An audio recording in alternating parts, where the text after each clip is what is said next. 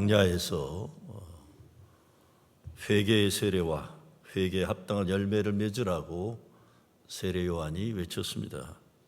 회개하지 않으면 도끼가 나무를 찌고 불에 던져지는 불행을 맞이하게 될 거라고 경고합니다.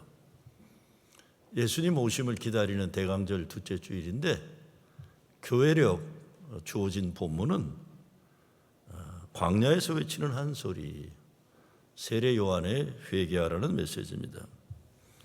오늘 말씀의 시작부터 보면 그 당시에 로마 황제가 누구였는지, 로마 총독이 누구였는지, 그리고 또 유대를 다스리는 분봉왕이라 그랬습니다. 근데 사실은 괴뢰 정권이나 마찬가지입니다. 헤롯으로 위시해서 유대 민족도 아니에요. 그런데 그 나라를 통치하러 와 있는 왕들이 있는 거예요. 거기다가 대제사장이 누구냐까지 상세하게 이름을 다 밝히고 있습니다. 그 시대의 정치인들, 그 시대의 종교 지도자들을 제시해 주고 있습니다. 이 이유는 예수님이 그 시대의 역사적 현실에 오셨다는 것을 밝히고자 하는 겁니다. 이게 예수 믿는 신앙이라는 게 어떤 추상적이고 관념적인 진리를 찾는 것이 아니라 그 시대의 현실에 살아 역사하시는 예수 그리스도, 그분을 통해 진리를 깨닫고 그분을 믿는다는 것을 누가가 밝히고 있는 겁니다. 누가는 또 누가복음만이 아니라 사도행전도 썼어요. 그러니까 예수님과 사도들의 기록을 유대 민족을 뛰어넘어서 로마 시대에, 그리고 이방인들에게 정확하게 기록으로 남기려고 했다는 것이죠. 그러니까 오늘 세례 요한이 세례에 합당한 열매를 맺으라고 했을 때 당시의 종교 지도자들은 물론 세리와 군인들까지 와서 어떻게 해야 되느냐 답을 구했다는 겁니다. 그러니까 유대 민족이 로마 제국의 억압 식민지 생활도 어려운데 자기 나라 사람들이면서도 세리와 군인들은 자기 동족의 생존을 위협하는 파렴치한 매국적인 짓들을 했다는 걸 알려줍니다. 세리가 누굽니까? IRS 직원이에요. 미국으로 얘기하면 굉장히 높은 자리에 그거예요. 군인들 다 국가 공무원들이에요. 다 국가 공무원들입니다. 세례 요한은 이들에게 법에 따라 정당하게 먹고 살고 권력을 악용해서 동족을 괴롭히지 말라는 겁니다. 바리새인들과 제사장들도 세례 요한을 찾아와서 살 길이 무엇인지 묻는 것도 그동안 자기들이 해왔던 일들이 잘못했었다는 양심의 가책을 가지고 온 겁니다. 그리고 세리와 군인들은 야, 이거 우리 이렇게 살아서는 지옥 가겠다, 죄책감이 팽배했던 거예요. 나라가 통째로 썩어버렸다는 것, 그리고 자기들도 그 나라를 썩게 하는 일에 동참했다는 것을 인정하고서 세례 요한을 찾아오는 겁니다. 2000여 년 전 로마 제국의 식민지 이스라엘의 시대적 현실과 오늘 2024년도 12월의 현실은 엄청 달라야 해요. 다릅니다. 그런데 2000년 전이나 오늘이나 우리가 사는 세상이 소망, 사랑, 기쁨, 평화의 빛으로 오시는 예수님을 절실하게 필요로 하는 것은 동일하다는 겁니다. 소망이 필요하죠. 아기 예수가 오심을 기다리는 것은 세상을 새롭게 하시고자 하나님이 보내시는 메시아를 통해 우리들의 삶이 새롭게 변화되어야 하는 계절입니다. 이를 위해 우리에게 무엇이 필요할까요? 첫째는 하나님의 은혜를 알아야 됩니다. 회개하는 사람이 서 있는 땅은 거룩한 땅이란 말이 있죠. 예수 믿는다고 하면 은혜를 아는 믿음이 있어야 돼요. 근데 왜 예수님도 그렇고 세례 요한이 그렇게 종교 지도자들에 대해서 그렇게 야단을 심하게 치셨을까요? 다른 게 아닙니다. 자기들이 종교적인 지도자로서의 포지션이 있다고 보니까 자기들은 의롭고 자기들은 신앙 좋다는 착각에 빠져 있는 거예요. 그래서 자기 죄에 대한 애통함이 없고 다른 사람들의 죄를 자꾸 끄집어내는 일을 열심히 하는 거예요. 회개에 합당한 열매를 맺어라. 회개 두 가지가 있죠. 가룟 유다가 했던 것처럼 뉘우치는 게 있어요. 수시로 뉘우치는 거. 예수님 근 30냥에 팔아넘긴 거에 뉘우쳤다. 그렇지만 삶이 변하진 않았어요. 그런데 오늘 3절에 나오는 것처럼 회개의 세례가 있어요. 이거는 죄사함을 얻게 하는 회개입니다. 그리고 사도행전 11장을 넘어가면 생명을 주는 회개가 있어요. 생명을 얻는 회개가. 이게 생각으로 인정하고 마음으로 느끼는 감정이 끝나는 게 아니라 죄악된 삶에서 돌아서는, 그게 개인이건 교회건 국가건 마찬가지예요. 그냥 생각으로 끝이면 안 되는 거예요. 우리들도 수없이 반성할 때가 얼마나 많습니까? 반성도 안 하면 나쁜 사람이죠. 그러나 반성만 반복하면 회개에 합당한 건 아닙니다.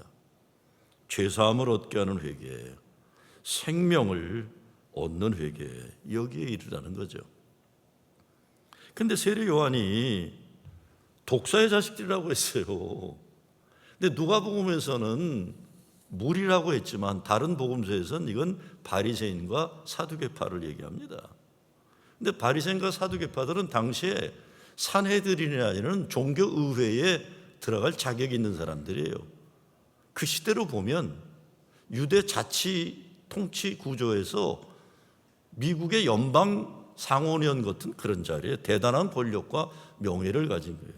그런데 사두개파는 태어날 때부터 사두개파 집안으로 태어나는 금수저를 입에 물고 나온 인간들이에요. 그래서 이 인간들은 고마운 게 없어요.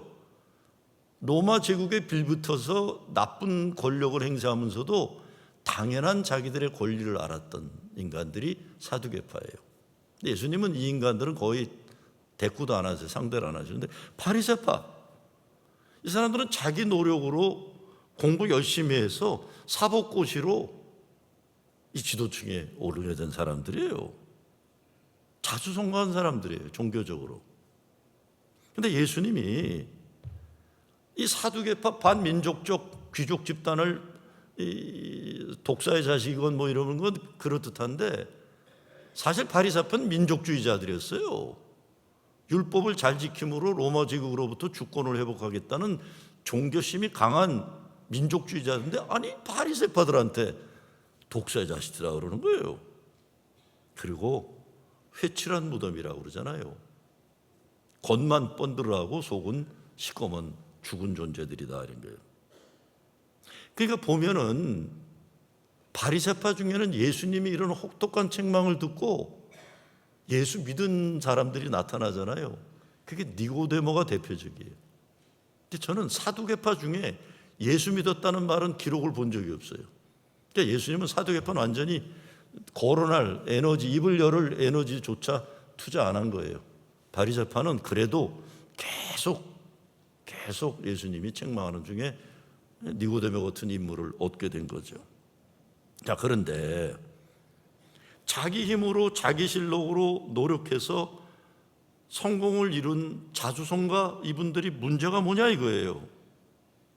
바리새파 문제는 율법의 열심이 특심이지만 하나님 아버지 자비하심, 긍휼하심, 사랑의 은혜의 마음이 없는 거예요. 없는 겁니다.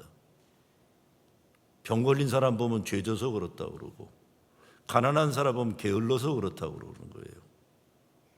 또 사마리아인들과 유대민족의 동족인데도 이 바리새인들은 집요하게 과거의 역사만 주장하면서 동족이 화해하는 것에 대해서는 전혀 관심이 없는, 이게 바리새인들이었어요. 자기들은 옳고 사마리아 사람들은 저건 잡놈들이다 뭐 이러면서 정죄하는 거예요. 성경도 많이 알고 종교들이 열심히 했지만 하나님의 마음, 그거를 몰랐던 사람들입니다. 제가 왜 이 얘기를 하느냐?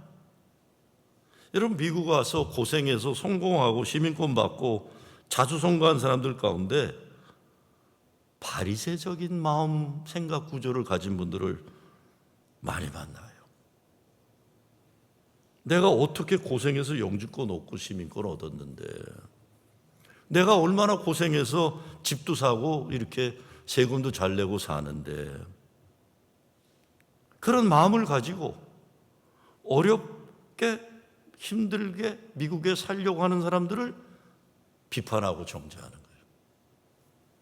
제가 지난주일 설교에서도 언급했고 오늘 목회수장에서도 그랬지만 트럼프가 대통령이 되면서 정책의 기본으로 삼으려는 프로젝트 2025를 보면 전반적인 다 다른 문제들이 있지만 미국에 불법으로 들어온 사람들에 대한 체포와 추방에 대해 강경하게 되어 있습니다.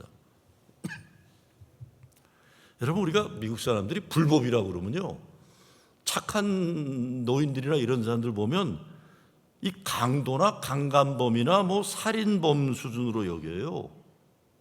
그러니까 불법하니까 사람들은 불법은 안 되지 다 그러는 거예요.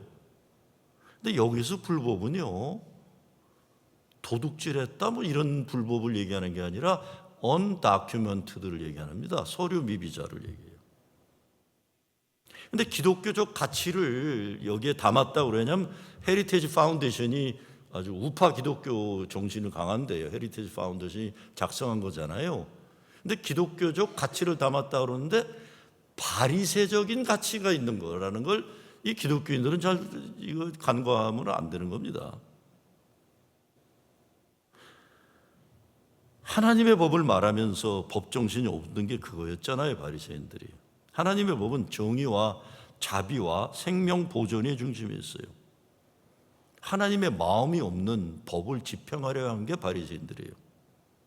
그런데 미국 법도 법 정신, 법에 담긴 마음을 이걸 무시하면 이건 법이 사람을 잡는 법이 되잖아요. 여러분, 제가 얼마 전에도 얘기했지만 라구아디아 공항, 그 라구아디아가 이탈리안 이민자 라구아디아예요. 그 사람이 법관 판사로 있을 때 배고파서 도둑질한 아버지를 법에 따라서 벌금을 때리는데 돈을 못 내니까 감옥에 가야 돼요. 그때 라구아디아 판사가 자기 쓰고 다니는 모자를 이렇게 나눠가지고 저 사람이 가난해서 도둑질한 건 우리 모두의 죄다 그랬어요. 벌금을 나부터 내겠다고 했고 이 돈을 모아가지고 그 사람이 라구아디아 뉴욕 시장이에요. 그게 법정신입니다. 죄 졌어, 도둑질했어, 깜빵 가야지, 죄진 애비를 둔 자식들 고생해야지, 이게 아닙니다. 이게 아니에요. 누가 불법을 지지하겠어요? 그러나 불법 체류자라고 하는 때 서류 미비자, 언다큐멘트 워커라는 걸 제가 자꾸 말씀드립니다. 내용적으로 들여다보면 대부분의 사람들은 불법으로 미국에 들어왔다고도 해도 성실하게 일하고 세금 내고 이 나라 경제 발전에 기여하고 합법적으로 이민은 사람들이 안 하려고 하는 어려운 직장에서 일해요. 대부분 어려운 힘들게 일하는 사람들이에요. 그리고 거의 다 돈 벌어서 자식들 교육시키는 저와 여러분과 아무 상관이 없는 똑같은 그런 사람들이잖아요. 그리고 이 예배장에 지금 앉아 계시잖아요. 그분들이 우리 교회 교인들이세요. 그분들이. 그러니까 뭐 불법 한다고 자꾸 이상하게 생각하시면 이거 그 정치하는 사람들이 이거 자꾸 이렇게 모니플레이트 하는 겁니다. 넘어가시면 안 돼요. 저와 여러분과 똑같은 사람들이에요. 2019년도 7월 1일 날 제가 카드를 하나 받았어요. 카드에 이렇게 써 있어요. 지난 어머니 주일에 목사님이 진규 이야기를 하시면서 잘 키웠다는 설교 말씀에서 미국에서 보낸 16년의 세월이 헛되지 않음을 느낄 수 있었습니다. 제가 신문에 나온 어느 청년 이야기를 설교했었어요. 누군지 모르면서. 그런데 어머니가 제 설교를 들었어요. 영주권이 잘못되어서 한국으로 돌아가려고 준비하는데 진규가 여기가 좋다는 말을 하는 그 한마디에 저의 부부는 다 내려놓고 진규만 생각하고 열심히 살았습니다. 그러고 쭉 썼어요. 여기 진규가 누구예요? 이 진규가 누구예요? 2019년도 하버드 대학 졸업 연설을 한 박진규입니다. 로드 스칼라가 되어서 영국을 가야 하는데 불법 체류자 신분이기 때문에 가지 못했던 그 박진규예요. 엄마 아빠가 영주권이 없으니까 이 프러싱에서 힘든 일을 하면서 먹고 살면서 공부를 시킨 아이예요. 프러싱 공립학교를 다녔어요. 그리고 프러싱 제일교회에서 신앙생활하고 자라났어요. 난 몰랐어요. 설교할 때도. 이 교회에서 자라난 자랑스러운 아이, 청년이에요. 하버드라는 세계 최고 우수한 실력을 갖추고 사람을 살리고자 지금 하버드 의대에 들어갔으니까 2019 지금 졸업했는지는 모르겠어요. 의사 공부를 한 미국의 자랑스러운 리더가 될 인물이에요. 로드 스칼라 빌 클린턴이나 뭐 이런 사람이나 받는, 오바마가 받았죠. 트럼프 대통령이 어려서부터 미국에 살았던 이 박준규 같은 인재를 체포하고 추방하겠다면 그런 법은 무슨 법입니까? 우리가 율법주의자 바리새인들처럼 돼서 저도 세금 52년간 냈습니다. 그러니까 저도 낼 만큼 냈어요. 저 불법적인 일 한 거는 빨간불 지나가고 이런 거 냈어도 다른 거 한 적 없어요. 그러니까 불법 하면서 정말 살려고 애쓰는 진규 엄마 아빠 같은 사람들 가슴에 못 박는 그런 짓들 하지 마셔야 돼요. 회개에 합당한 열매를 맺어야 합니다. 성경에는 하나님 축복의 원칙 그리고 성령의 도우심의 원칙이 있어요. 그것은 사람이 자기를 인정할 때 시작됩니다. 죄인임을 고백할 때 시작되는 거예요. 그래서 찰스 스퍼전 목사님이 이런 말을 합니다. 사람이 말할 수 없는 죄가 있을 수 있지만 그리스도의 보혈로 용서받들 못할 죄는 없다 이렇게 했어요. 오늘 우리 세례 요한의 말을 통해 신앙의 위기의식이 있어야 합니다. 세례 요한은 이스라엘 백성들이 그토록 중요하게 여기던 아브라함의 자손이라는 민족적 자긍심에 대해서 하나님은 돌 가지고도 아브라함의 자손을 만든다고 쓸데없는 소리 하지 말라고 그랬어요. 과거에 잘했던 신앙생활 자랑하는 것, 종교의 가문, 전통, 지금 내가 제대로 신앙생활 하지 않으면 자랑할 건 못 된다고 세례 요한은 말하는 겁니다. 우리들이 맺어야 할 회개의 열매들은 무엇일까요? 현재 가톨릭 교황 프란치스코가 몇 년 전 대강절 기간에 발표한 교회의 사명 권고문에 이 문제를 다뤘습니다. 그는 자본주의를 가난한 이들을 소외시키는 고삐 풀린 새로운 독재라고 평가했어요. 늙은 노숙자가 거리에서 숨진 채 발견되는 것은 뉴스가 되지 않지만 주식시장이 단 2포인트라도 떨어지면 뉴스가 되는 게 말이 되느냐. 모든 게 경쟁과 적자 생존의 법칙에 따라 굴러가면서 강한 자가 약한 이들을 집어삼키고 있다. 그 결과 수많은 이들이 배제된 채 일자리도 미래에 대한 가능성도 절망에서 탈출할 수단도 없이 한계 상황으로 내몰리고 있다. 교회에 대해서도 교회가 손에 흙 묻히는 것 주저 말라고 해요. 예수님께서는 교인들이 편안한 성전 안에만 머물며 고립된 교회가 아니라 거리로 뛰쳐나가 멍들고 상처받고 더러워진 사람들을 치료하기를 원한다고 했습니다. 그리고 종교개혁자 마틴 루터는 회개에는 머리와 가슴과 돈 지갑의 회개가 있다고 그랬어요. 머리의 회개는 생각을 좀 똑바로 하고 살라는 거예요. 그냥 카톡이나 이상한 유튜브 보고 함부로 말하지 말라는 겁니다. 정신 바짝 차리라는 거예요. 좀 무식하게 살지 말라는 겁니다. 두 번째, 마음은 사랑과 정의를 실천하는 이웃사랑을 가슴에 이 아픔을 같이 느낄 수 있어야 돼요. 아픔을 같이. 돈 지갑에 대한 회개는 하나님의 것을 온전히 하나님께 드리는 것을 말하고 있습니다. 회개해야죠. 오늘 세례 요한의 외침을 보면 개인의 신앙 문제 회개보다 정치와 종교 지도자들 그리고 국가 공무원들을 향하고 있다는 것이에요. 여기에 저 같은 목사들이 포함되고 교단으로 보면 교단 공무원들이 다 포함돼요. 대통령은 나라를 잘 지켜야 하는데 그러지 못한 죄가 있다면 교회를 잘 지키지 못한 목사는 목사대로 교단을 잘 지키지 못한 교단 책임자들도 회개에 합당한 열매를 맺어야 하는 것입니다. 예수님은 평화의 왕으로 오셨습니다. 교회의 사명은 어렵고 어두운 역사에서 소망, 사랑, 기쁨, 평화의 빛을 밝히는 것입니다. 아기에서 오시는 이 대강절은 새로운 역사의 시작을 우리에게 제시해주고 있습니다.